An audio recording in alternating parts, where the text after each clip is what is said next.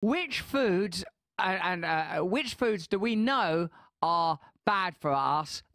Are we continuing to eat precisely because they are being lobbied for, because that information is not being conveyed? What should we stop eating immediately? And what do we do about, is it a fallacy that it's just expensive to eat well and eat healthy, that it's expensive to eat healthy food, and that it's just easier to glug down salt and syrup and sugar all day long, nihilistically waiting away like some lilo on a couch?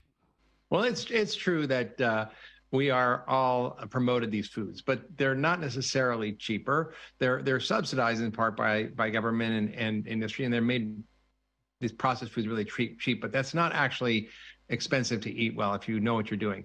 And in terms of the overall strategy of the food industry, you know, it's to produce large amounts of ultra-processed food from three main ingredients, corn, wheat, and soy, that are turned into all kinds of shapes, colors, sizes of chemically extruded food-like substances that have nothing to do with health or food, and that we consume at an enormous volume. 60% of our diet in America is ultra-processed food, 67% of kids' diet, and for every 10% of your diet that's ultra-processed food, your risk of death goes up by 14%.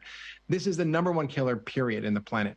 And on top of that, you know, the rest of our diet is pretty low in good stuff. So we have lots of bad stuff and very low good stuff, like fruits and vegetables, nuts and seeds, whole foods. And so we're ending up driving our bodies into this catastrophic state where 6 out of 10 Americans have a chronic disease, 4 out of 10 have 2 or more. 1 in 4 teenagers now has prediabetes or type 2 diabetes. This didn't even exist when I was a kid. It used to be called adult onset diabetes and juvenile diabetes. Now it's type 1 and type 2 because they had to change the name because little kids were getting it, and 50-year-olds need liver transplants and gastric bypass because of the sugar they're eating from the soda. So we're in a big problem. Throughout the pandemic period, we talked about the problem of comorbidities and how vulnerable people with comorbidities were. But now it seems that there's an epidemic of comorbidities. Plainly, awareness and education are part of this. But this feels like a much bigger political problem. Do you offer, Dr. Mark, that what's required is nothing less than a revolution in agriculture that leads to the localization of the food supply chain, a revolution in the big food industry to regulate against it, to prevent them from lobbying, from shutting down the self-funded regulatory bodies that permit this kind of behavior, and a revolution in pharma? Is that what's required?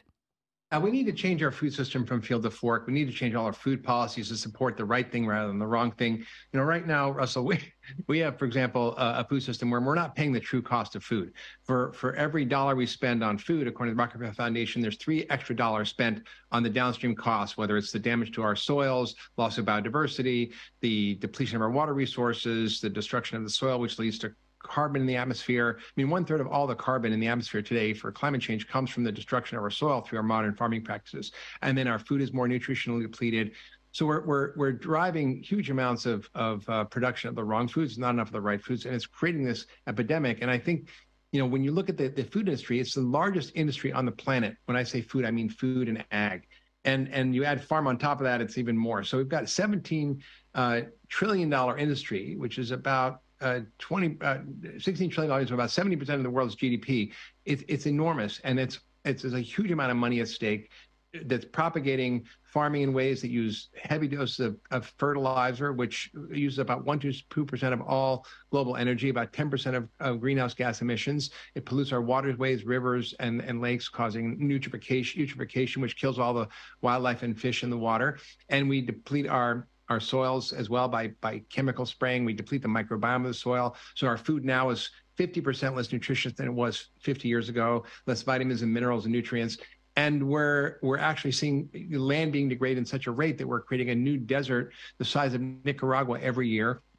And we're in trouble. We may only have 60 years of soil left to grow food in, according to the UN. So we're in a bit of a crisis. And unless we revolutionize the way we grow food, the food we produce, the food we market, the food we eat, we're in trouble. Stay free with Russell Brand. See it first on Rumble.